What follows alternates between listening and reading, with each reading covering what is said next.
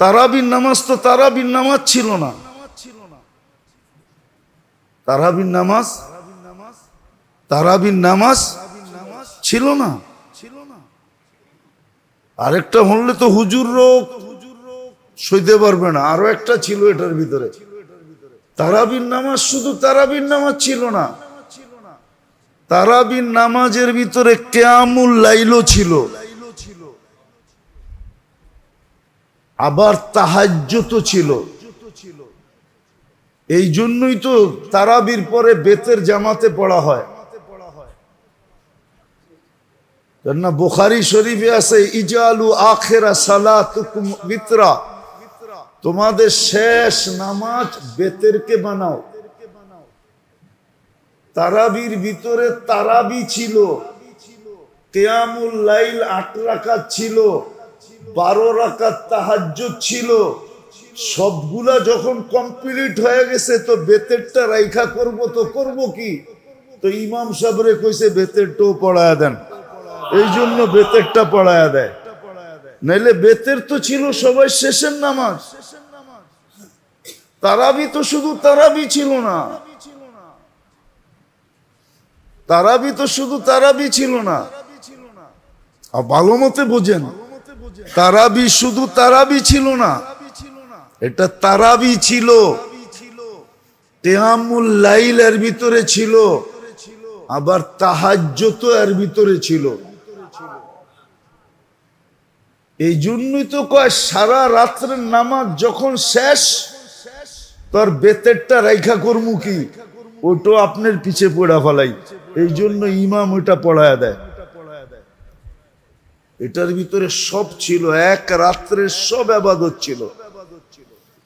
1 মাস পড়তেন, 70 মাসের কি হয়ে যেত? তাহাজ্জুদ হয়ে যেত।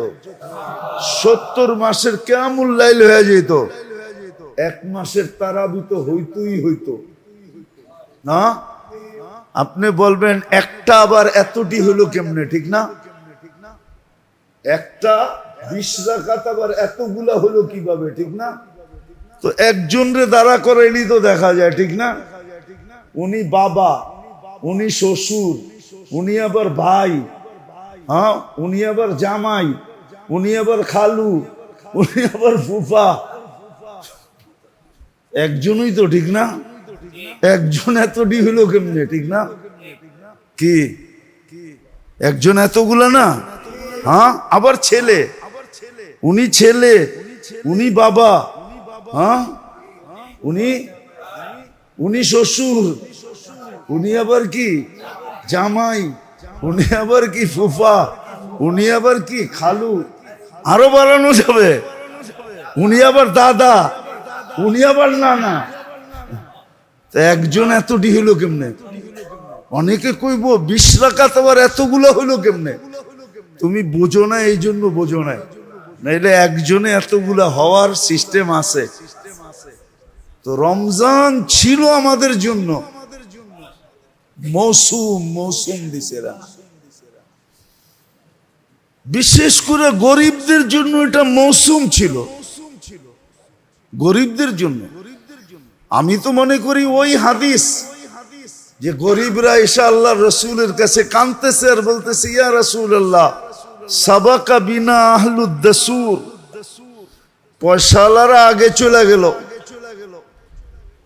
তো বলছে কিভাবে? তো দেখাইলো যে দান খয়রাত সবকিছু করেই তো দেখি ওরা আগে, জেহাদের ঘোড়া দরকার ওরা আগে, টাকা দরকার ওরা আগে, সামান দরকার ওরা আগে, আমরা তো গরিব পিছে রয়ে গেলাম।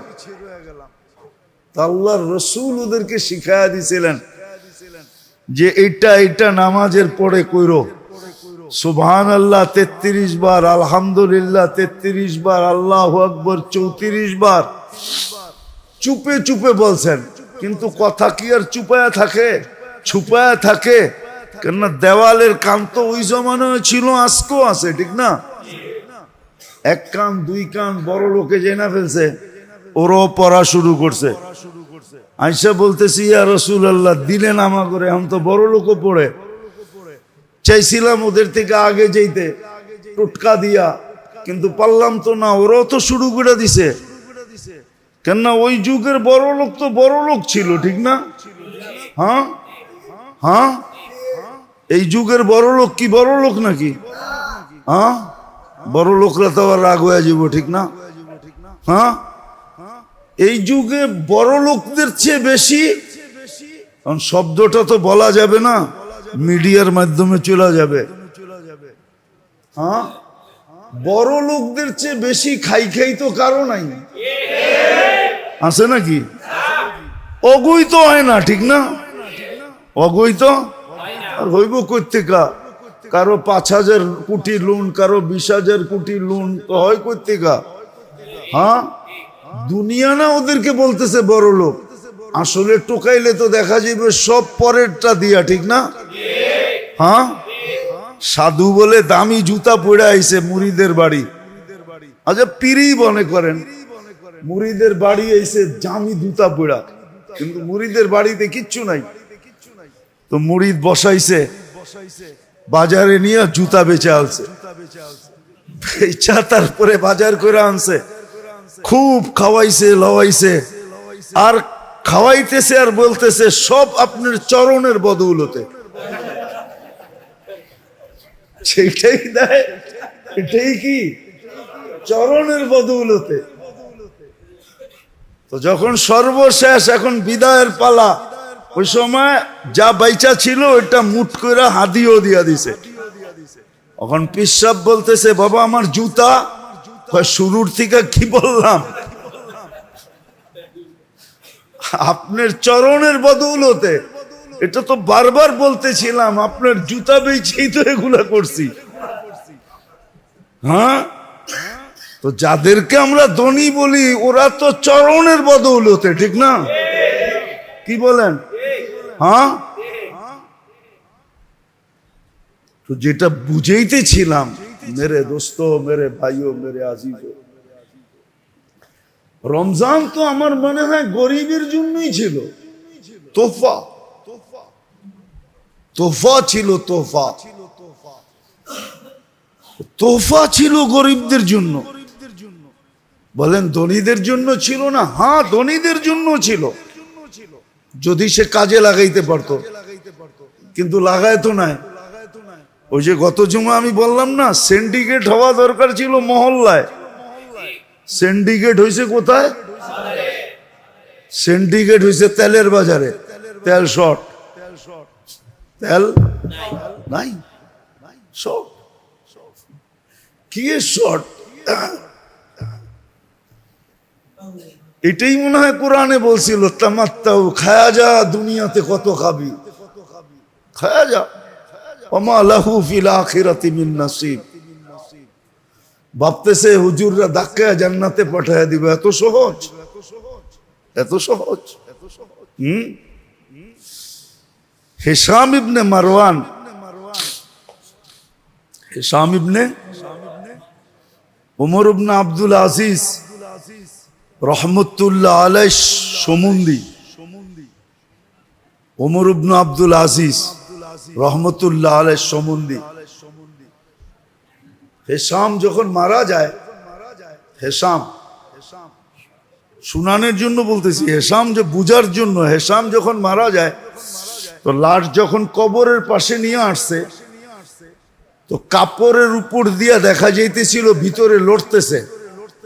তো ছেলেরা চিৎকার দিয়া বলছে যে আব্বা তো মারা যায় নাই। বলতেছিল ফুফা আব্বা মারা যায় নাই।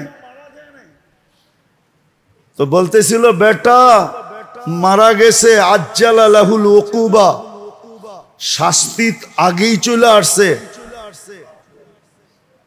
কেননা আমি শুধু তোমার বাপেকে দেখতেছি না, আরো 3 ভাইকে দেখছি।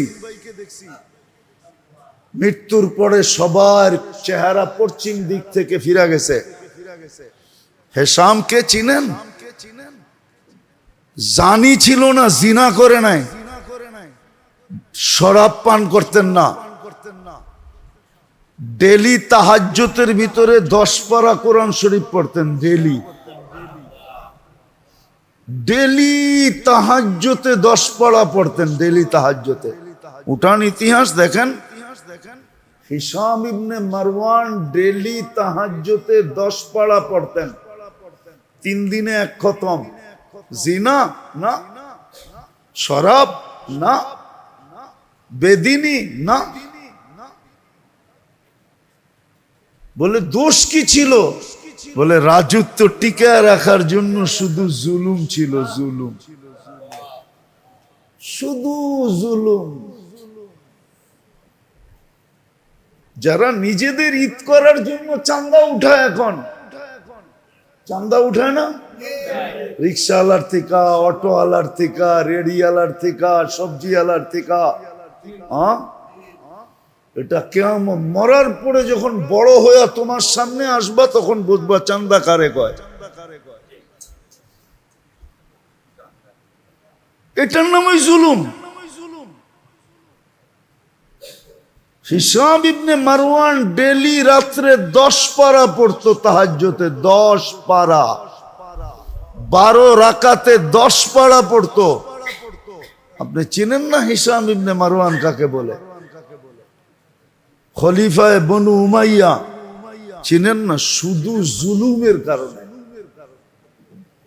যারা সিন্ডিকেট করছে বাজারের ভিতরে, সিন্ডিকেট হওয়ার দরকার ছিল মহল্লায়, সিন্ডিকেট হওয়ার দরকার ছিল বাড়িতে।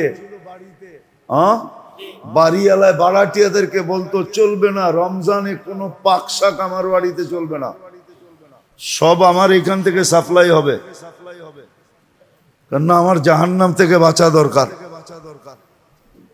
তো সিন্ডিকেট এইখানে হয়তো কোনো বাড়াটিয়া বলতো আপনি একটা করবেন কেন, আমাকেও যোগ করে নেন, এটার নামই তো সিন্ডিকেট, ঠিক না?